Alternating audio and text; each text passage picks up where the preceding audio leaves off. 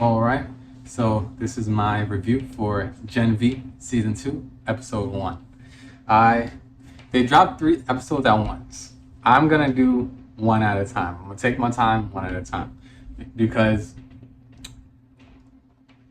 I don't really binge things. The only time I really binge episodes or a series if I guess if I really like it, but even then, like normally, I think the only series I've ever binged like crazy was Stranger Things, and that was like I think a year or two after it was released. Like people kept talking about. I was like, all right, let me watch this, whatever.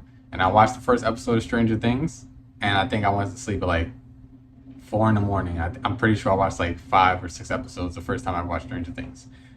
I don't normally do that. So they dropped 3 episodes, and I'm not watching all of them. I'll watch one episode. It was great, and then maybe tomorrow I'll watch the second episode. And by then, I think new episodes drop every Wednesday. So if I watch one episode a day, or even have a break in between, by Wednesday I should be ready for the new. I should be ready for the new one, or maybe Thursday.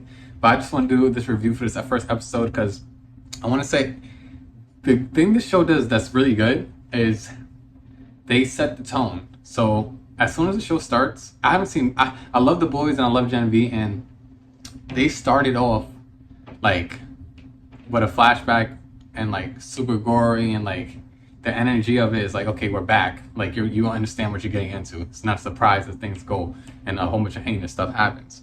But what I will say is this episode, I feel like this episode was a waste, but it was still a good episode. And I'm gonna tell you why. The creators, they know how to make these series. So as far as the camera work, or the storytelling, the way they're able to tell the story works. So I forgive them for that. But as far as the meat of the actual story, there's not really much there. It's not really much there until like the very end.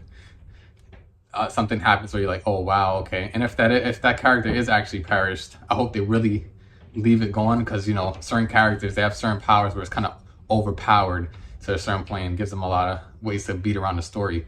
So I hope that person is really gone. It was surprising if they are really gone.